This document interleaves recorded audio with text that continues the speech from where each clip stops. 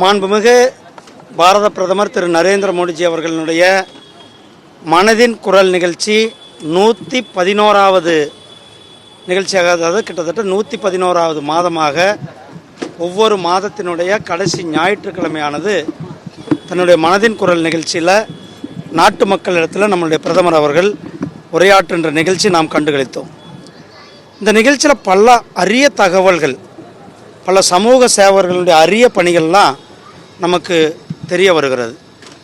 உள்ளூர் பொருள்களை ஊக்குவிப்பது, அதே போல் நம்மளுடைய உள்நாட்டு கலாச்சாரத்தை ஊக்குவிப்பது, அவர்களை அடையாளப்படுத்துவது. குறிப்பாக இன்றைக்கு மனதின் குரல் நிகழ்ச்சியில் நம்மளுடைய கேரளா தமிழ்நாடு பார்டரில் இருக்கிற பாலக்காட்டுக்கு பக்கத்தில் இருக்கிற அட்டப்பாடி கிராமம், மலை கிராமத்தில் தான் இந்த குடைகள் தயாரித்து நமக்கு எல்லாம் இந்த பருவமழை காலத்தில் கொடுக்கிறார்கள். அதுவும் மலைவாழ் மக்கள் அந்த குடையை தயாரிக்கிறார்கள் என்பது நமக்கு ஒரு பெரிய தகவலாக இருக்கிறது.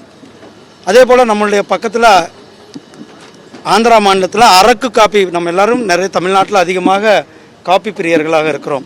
இந்த அரக்கு காப்பியினுடைய புகழை பற்றி இன்றைக்கு நம்மளுடைய பாரத பிரதமர் அவர்கள் இன்றைக்கு வெளியில் கொண்டு வந்திருக்கு. அதே போல் நம்மளுடைய தமிழ்நாட்டில் அதிகமாக விளையிற அவரைக்காய் காஷ்மீரில் விளைவிக்கப்பட்டு அந்த அவரைக்காய் வெளிநாடுகளுக்கு கொண்டு போகின்ற அந்த தகவலையும் இன்றைக்கு மனதின் குரல் நிகழ்ச்சியில் நம்மளுடைய பிரதமர் அவர்கள் தெரிவித்தார்கள். இதுபோல் ஒவ்வொரு நிகழ்ச்சியிலும் கூட ஒவ்வொரு புதிய புதிய தகவல்கள், புதிய புதிய நபர்களினுடைய செயல்பாடுகளை வெளிக்கொண்டு வருவது, இயற்கையை போற்றுவது. இன்றைக்கு மனதின் குரலில் கடந்த சுற்றுச்சூழல் தினத்தை முன்னிட்டு ஒவ்வொருவரும் தன்னுடைய அம்மா பெயரில் ஒரு மரம் நட வேண்டும். ஏன்னா பாரத தாய், இந்த பூமி தாயை போற்றும் விதமாக, தமிழுடைய அன்னையரை போற்றும் விதமாக மரம் நட வேண்டும். ஒவ்வொருவரும் ஒவ்வொரு அவர்களுடைய வீட்டில் குறைந்தபட்சம் அம்மா பேரில் ஒரு மரம் நட வேண்டும் என்பது, அந்த மரங்களை நடுவதன் மூலம் சுற்றுச்சூழலை நாம் இன்னும் மேம்படுத்த முடியும், நாம் இயற்கை வளத்தை மேம்படுத்த முடியும். இப்படி பல அரிய தகவலெல்லாம் நம்மளிடத்தில் கலந்து கொள்கின்ற இந்த மனதின் குரல் 3வது முறையாக நம்மளுடைய பிரதமர் அவர்கள் பிரதமராக பதவியேற்ற பிறகு நடக்கின்ற முதல் மனதின் குரல் நிகழ்ச்சி. அந்த மனதின் குரல் நிகழ்ச்சியை நாம் அனைவரும் இங்கே இருக்கிற எங்களுடைய பாரதிய ஜனதா கட்சியினுடைய மாநில செயலாளர் திரு வினோத் செல்வம் அவர்கள், மாவட்ட தலைவர் சகோதரர் திரு விஜயானந்த் அவர்கள், அறிவுசார் பிரிவுடைய தலைவர் செல்வின் அவர்கள், இப்படி அனைத்து சகோதரர்களும் இங்கே கலந்து கொண்டு இந்த மனதின் குரல் நிகழ்ச்சியில் நாம் கலந்து கொண்டது பெருமை. ஓசூர் விமான நிலைய அறிவிப்பு எப்படி பார்க்குறீங்க சார்? அங்கே அரசு எதையும் ஆராயாமல் தமிழ்நாடு அரசு அறிவிக்காதுன்னு தொழில்துறை அமைச்சர் சொல்லியிருக்காரு. அதாவது அவங்க ஒரு சர்வதேச விமான நிலையம் கொண்டு வரணும்னு சொல்லியிருக்கிறாங்க. எஸ் ஃபார் ரூல்ஸ் பக்கத்திலேயே பெங்களூர் விமான நிலையம் இருக்கிறது. இந்த விமான நிலையம் சாத்தியமாக இருக்குமா என்பதெல்லாம் அவர்கள் இன்னும் சாத்தியப்பட வேண்டும். அதாவது நாமளை பொறுத்தளவுக்கு இந்த நாட்டினுடைய வளர்ச்சி, இந்த தேசத்தினுடைய வளர்ச்சிக்கு முக்கியத்துவம்.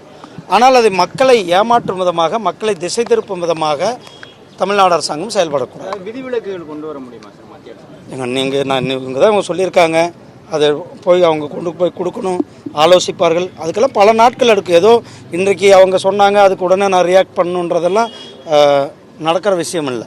முதலமைச்சர் தொழில் முதலீடுகளை ஈர்க்க முதலமைச்சர் அமெரிக்கா பயணம் போறாரு. ஏற்கனவே முதலீட்டாளர் மாநாடு, ஏற்கனவே அவர் ஸ்பெயினுக்கு போனார். அதனுடைய முதலீடு என்னாச்சுன்றது இன்னைக்கு வரலாம் தெரியல. நடைமுறைக்கு வந்திருக்கதா சொல்றாரு. கேளுங்க, ஸ்பெயினில் போயிட்டு எவ்வளோ முதலீடுகள் கொண்டு வந்தாங்கன்றது வெளிப்படையாக இன்னும் அறிவிக்கலை. அதுக்கு முன்னாடி போன ட்ரிப்பினுடைய முதலீடுகள் இன்னும் ஒன்றும் வந்து சேரல. இங்கேருந்து பல நிறுவனங்கள் இவங்க வந்த பிறகு மூடிட்டு வெளிநாடுகளுக்கு போனது தான் நடந்திருக்கிறது. இது அமெரிக்காவுக்கு அவர் எதற்காக போகிறார் என்பது வெளிப்படையாக அறிவிக்க வேண்டும். எத்தனை நிறுவனங்களை சந்திக்கிறார்கள் என்பது வெளிப்படையாக அறிவிக்க வேண்டும். எத்தனை நிறுவனங்களுடைய முதலீடுகளை இங்கே கொண்டு வரார்கள் என்று வெளிப்படையாக அறிவித்து அதனுடைய எக்ஸிஸ்டிங், அதாவது அவங்க வந்த பிறகு அவர்களுடைய செயல்பாடெல்லாம் ஒரு வெளிப்படையாக அறிவிக்கும் பொழுது தான் அதனுடைய செயல்பாடு அல்லது அதனுடைய பயன் நமக்கு தெரிய வரும்.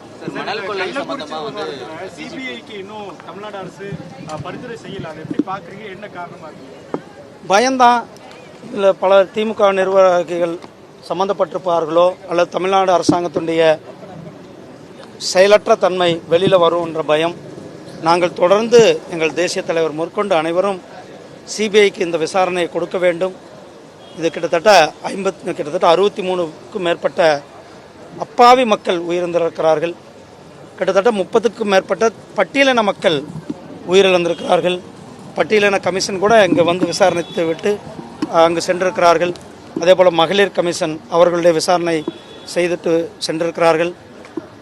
தமிழ்நாடு அரசாங்கம் உடனடியாக இந்த சம்பவத்திற்கு, கள்ளக்குறிச்சி சம்பவத்திற்கு அவர்கள் இந்த வழக்கை சிபிஐ இடத்தில் ஒப்படைக்க வேண்டும். பேசும்போது எதை மறைக்கிறோம் அப்படிங்கிறதுக்காக சிபிஐ ஏன் மக்கள் இறந்திருக்கிறார்கள். கிட்டத்தட்ட 60க்கு பேர் மேலே 63 பேர் அவங்க கணக்குப்படி. இன்னும் என்னன்றது எனக்கு தெரியல. இன்னும் கொஞ்சம் பேர் ஹாஸ்பிட்டல் எடுத்துகிட்டு போனால் 63 பேர் இறந்திருக்கிறார்கள். அதை பற்றி ஒரு முறையான விசாரணை வேண்டும்.